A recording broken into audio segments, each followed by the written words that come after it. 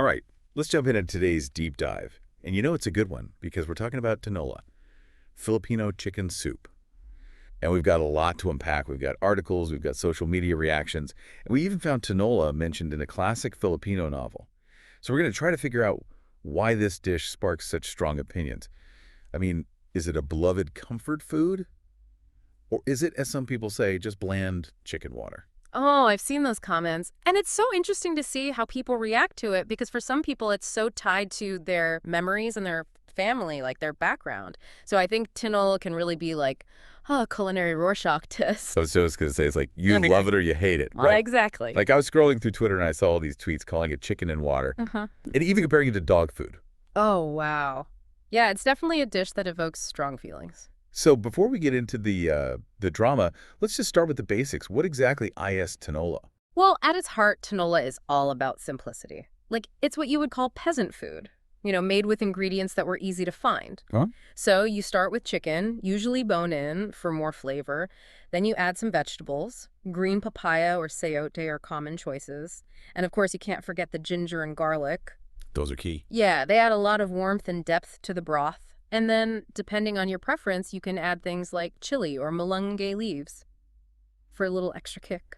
So simple, but it sounds so good. Speaking of simplicity, I was reading this article on recipes.net, and I learned that the word tinola actually comes from the word tina, which means to extract. Like you're extracting the flavor from those simple ingredients. Oh, that's interesting. I didn't know that. It makes sense, though. Filipino cuisine is all about making the most of what you have. It's very resourceful. Totally. And it's amazing how a dish like tinola can tell us so much about a culture's history, right? Because it really is a reflection of those values of resourcefulness and, making do with what you have. And speaking of history, what really surprised me? Tinola is mentioned in Jose Rizal's Noli Me Tangere. Oh, wow. I had forgotten about that. That's pretty significant. Right. Like Rizal was a key figure in the Philippine Revolution. So for him to include tinola in his work, it really shows you how important this dish was even back then. Yeah, it definitely speaks to its cultural significance. And he didn't just mention it. He actually used the different parts of the chicken symbolically. Yeah. Like the tough neck would often go to the father, representing the burden of responsibility he carried. Right, I remember that. It adds another layer of meaning to the dish. It does. It's like, it's not just food. It's a reflection of family dynamics and social hierarchies, which is really fascinating when you think about it. Definitely. Now, this whole discussion of history got me thinking about the origins of tinola. And I know we touched on this earlier, but I was reading Lola's Recipes blog, and they were talking about how tinola might actually predate Spanish colonization. Oh, interesting. What did they say? Well, they suggested that it could have Malay influences. That makes sense, considering the Philippines' location in Southeast Asia. Right, and the fact that they had a lot of trade and cultural exchange with their neighbors. Exactly. So, tinola might be a window into the Philippines' pre-colonial past, which is pretty cool when you think about it. Yeah, it adds a whole other dimension to the dish. It does, but, we can't ignore the elephant in the room. Or should I say the chicken in the water. We got to talk about this tinola war that's been happening online. Oh, yeah. The Tinola War. Where do we even begin with that? I mean, it's fascinating, right? Like all this debate about a simple soup.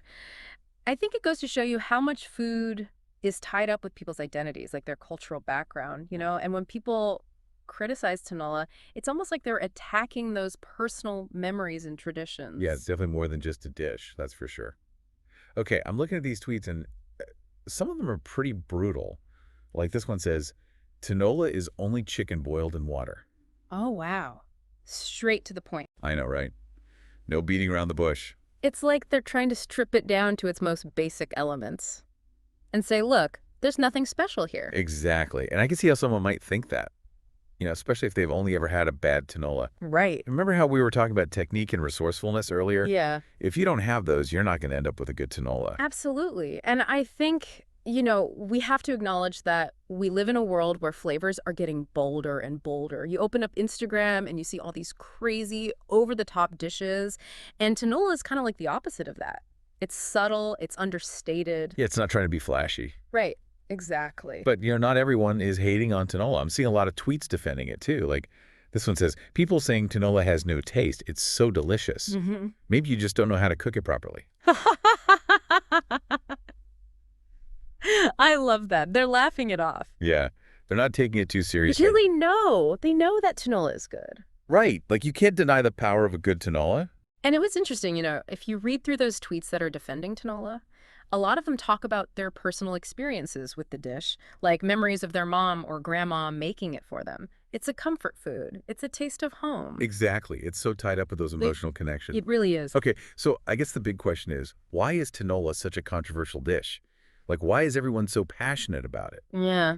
I think we have to consider the context of this Tinola war. I mean, it's all happening on Twitter, right? Oh, yeah. A platform that's known for amplifying strong opinions and sometimes even encouraging conflict. It's like a digital battleground. Exactly. So maybe the platform itself is contributing to the intensity of the debate. I think so. And we also can't forget about the timing of this whole thing. It happened during the pandemic. Oh, yeah. A time when people were already stressed and anxious. Yeah. And they were looking for comfort. So maybe tinola, with its familiar flavors and its connection to home, it became this symbol of something bigger.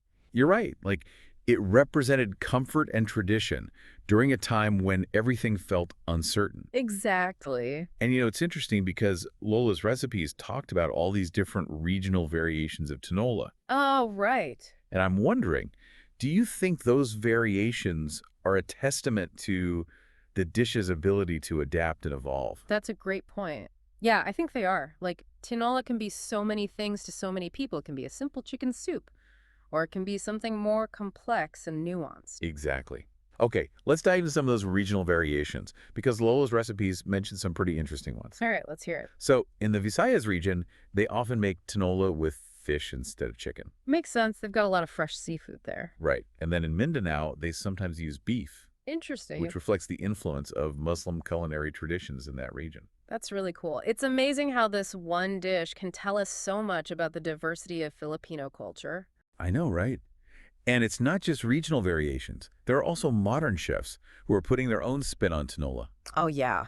What are they doing? Flavory Cooking talked about using bok choy and spinach, which aren't traditional ingredients, but they sound really good. Yeah, that's a more modern take on it, but it still keeps those classic tinola flavors. Exactly. Oh, and they even suggested adding lemongrass, which, brings us back to those Malay influences we were talking about. Oh, yeah, full circle. And it just shows you how food traditions are always evolving, right? Absolutely. They're not stuck in the past. They're constantly adapting. Right, and some chefs are even experimenting with different cooking techniques, Yeah. like using sous vide for the chicken, or grilling the vegetables for a smoky flavor. I've seen that. It's Yeah. like they're taking those traditional flavors and Right. elevating them by using modern techniques. Exactly. It's all about finding that balance between innovation and tradition. Well, this has been quite a journey. We started with a simple question. What is tinola? And we ended up exploring history, culture, online debates, and culinary innovation. It's amazing how much there is to say about a simple chicken soup. I know, right? It just goes to show you that every dish has a story to tell. It does. And by understanding those stories, we can appreciate our food even more. I think we can safely say that we've debunked the myth of tinola as chicken in water. Oh, yeah, for sure. Tinola is so much more than that. It's a symbol of Filipino culture and heritage. So to our listeners out there, if you've never tried tinola, I encourage you to give it a chance. You won't regret it. And if you're already a fan, maybe this deep dive has inspired you to try a new variation. There are so many different ways to enjoy tinola. Exact. So go forth, explore, experiment, and most importantly, enjoy. Cheers to that. All right, that's all the time we have for today's deep dive. Thanks for listening.